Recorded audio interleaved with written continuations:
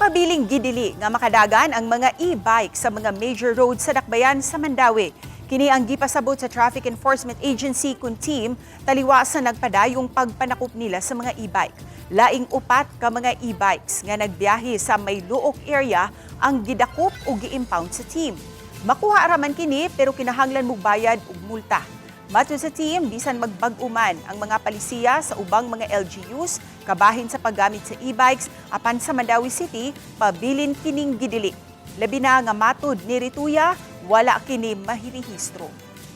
Regardless kung unsay lain man na kay kining palisiya about sa kuan sa e-bikes it's within the powers of the LGU. So ang sa amo diri sa Mandawi sukad pa sa una hangtod karon dili man bawal man ang e-bikes. So there's no reason nga amo ang usbon